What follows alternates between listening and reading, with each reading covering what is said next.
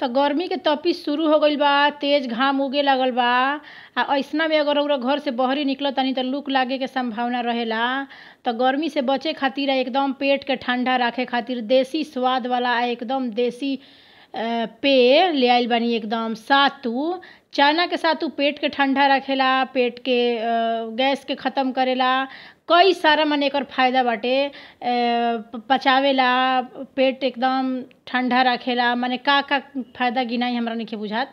तो एकदम देसी स्वाद के जरूर पीही। कोल्ड ड्रिंक फोल्ड ड्रिंक के गोली मारी आ एकदम एकरा के चली बनावे सीखी जा कैसे बनावे नी।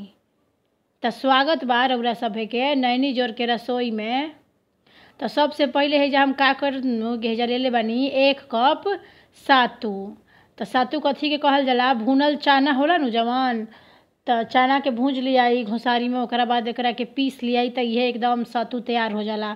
तो चना के सत्तू के रेसिपी भी जरूर रउरा सभे के हम बताई आगे वीडियो में जरूर। तो हई देखी का परी सातू के एथी में पिए खातिर में काली मरीच के पाउडर लेले बानी हेजा, तनी मनी काला नमक लेले बानी। आ हेजा हम लेले बानी भूंजल जीरा के पाउडर। आ जीरवा के भूंज के कढ़ाई में चाहे तवा पर ओकरा के पीस लीही। आ हेजा हम लेले बानी आधा टुकी नींबू। आ एकरा बाद हेजा हम लेले बानी पुदीना। तब पुदीना भी खूब पेट के ठंडा रखेला, रउरा सब तो जानते हो खब। तो गर्मी के दिन में ई सब के एकदम खूब पिए के चाही शरबत। तो सातू के एकदम खूब चटपटा खट्टा तीखा शरबत हम रउरा सभे के बतावत तानी। तो देखी कैसे बनेला। तो नीमक, काला मरीच आ जीरा के डाल देव, आ पुदीना आ मरचाई के पीस लेव। आ मरचा के हम एजा पीसत नहीं खी, मरचा के हम एकदम पतर पतर काट के हम डाल देव, पीसब नहीं, खाली पुदीनवे के हम पीसब पानी डाल के है तरी। आ बढ़िया से पीस के यही में मिला दियाई। अब बस एकरा के एकदम का करब कि तनी तनी पानी डाल के बढ़िया से चलावल जाई। आ नहीं तो का होई नु कि एकरा में बड़ी अथी पड़ेला, एकदम लुगदी लुगदी निहन हो जाला। तो एकरा में धीरे धीरे पानी डाल के है तरी चम्मच से चाहे है तरी चलाइब नु तो मैं एकर गुठली ख़त्म हो जाई। आ एकदम मस्त है तरी चलावत रही। आ एकरा बाद का होई नु है देखी खूब बढ़िया से एकदम घोरा जाई।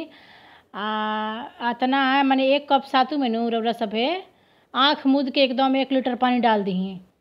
काहे कि सातू जो तनी मनी मने घोरला के बाद तनी अवरी गढ़ा जाला। तो पतला सातू चाहे गाढ़ सातू तो रउरा सभे के अथी पसंद पे अथी करता रहनु कि कैसन रउरा सभे पिए। बहुत लोग पातर एकदम सातू पिएला आ बहुत लोग तनी गाढ़े पिएला। तो हई देखी है जा हम डाल तनी अंतिम में नींबू के रस 2 चम्मच। आ खूब बढ़िया से करो कि मिला लिया। या लीजिए कितना बढ़िया तैयार हो गई। 2 मिनट के खेला हटे। सातू एकदम पीस के चाहे खरीदवा के मंगा ली, भर गर्मी एकदम डिब्बा में भर के रसोई घर में धऽ लीही। आ एकदम भर गर्मी अपन बच्चा के, पति के, अपने सबके एकदम पियावत रही रउरा सभे। बड़ी एकदम स्वादिष्ट भी लागेला आ बड़ी फायदेमंद ह। आ जे शुगर जेकरा भइल रहेला, शुगर के मरीज, ओकरो खातिर बहुत फायदा ह। गैस के आदमी के भी फायदेमंद ह। आ एकदम ई हतना ई मीठ जवन ही मेरी ला का कहाला पेप्सी कोका ई सब के एकदम फेल करे वाला देसी जरूर सभे पीही, जरूर बनाई। आ हे तरी हम बर्फ़ डाल देतनी ऊपर से, तनी मनी पुदीना के पत्ता हे तरी ऊपरे रख देतनी, निमन लगी देखे में। तो रउरा सब एकदम ठंडा ठंडा नमकीन खट्टा सत्तू के चटपटा पीही शरबत आ बड़ी बढ़िया लगी। तो रउरा सभे गर्मी में ख्याल रखी सभे। हमरा बुझाई ला जरूरत तो रउरा सभे के साथे बता देनी है कि ऐसे ही बना के पीही रउरा सभे। तो निमन लागल होई वीडियो तो जरूर एकरा के अथी करम, लाइक करम। आ पहली बार देखो तनी नैनी जोर के रसोई पर वीडियो तो चैनल के सब्सक्राइब करके आ घंटी जरूर दबा देव। तो चली रउरा सभे से मिलब फेन दोसर वीडियो में।